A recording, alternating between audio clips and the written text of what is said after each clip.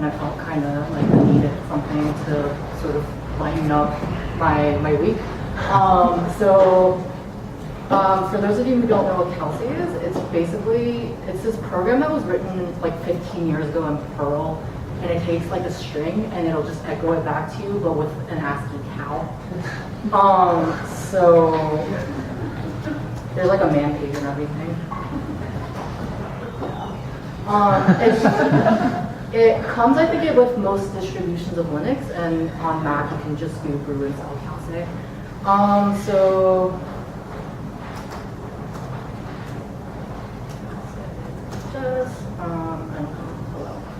So this is the default cow.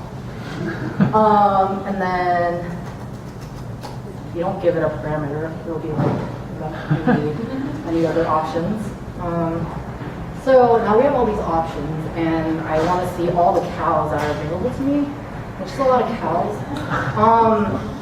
Some of them aren't, like most of them aren't cows, and they're like actually, some of these are kind of like bordering on inappropriate. I had to like take out a couple that were just kind of, like there was one that was like sodomized, that was kind of creepy. But yeah, so we have other flags, like you can change the eyes or like the tongue with like this message has a default width of 40. But if you want, I don't know, for some reason, if you want the bubble to be shorter, you can set the width, you can set the cow that you want, and I guess I'll show you the cow file.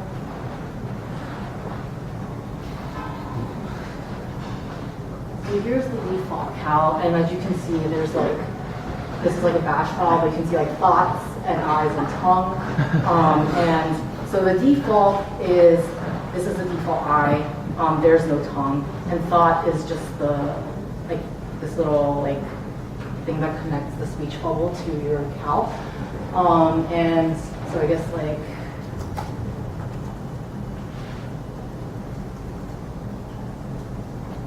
so there's like the Linux penguin and stuff. So like, I thought this would just be like kind of pretty simple, but there's some things that I just didn't like realize about Cowsay. Like, I guess one of the things that like kind of threw me off was that I had to construct this bubble.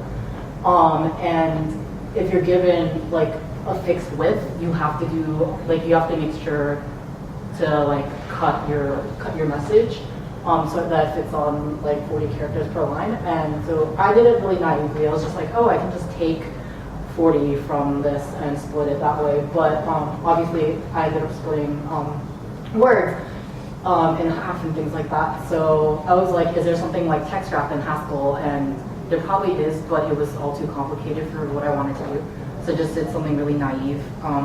No one wanted to pair with me on it, so that's kind of sad. But yeah, it just keeps a current list. Okay, so this is like really ugly, and I want to refactor it at some point. But basically, what it does is it just splits the sentence on spaces, and then it'll zip them with the length of the word and the word itself. So you have a tuple of the length and the word.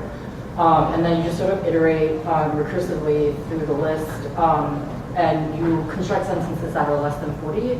And you do this by making sure that if you add another word, it won't go over the max length. And then you just have an array of sentences, and then you can use this build bubble and put it on each line. Yeah, and then another thing I learned was the get opt module, which is just like a Python, or not a Python, Haskell wrapper for the GNU get opt thing.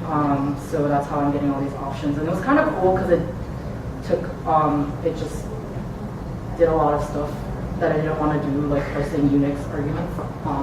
So that's cool. And then I guess, I don't know where that came from. I guess I'll just leave with this one.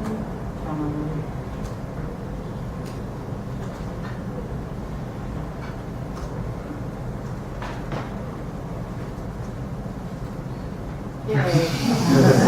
So yeah, people got pretty crazy with the ASCII stuff. But yeah. Wow.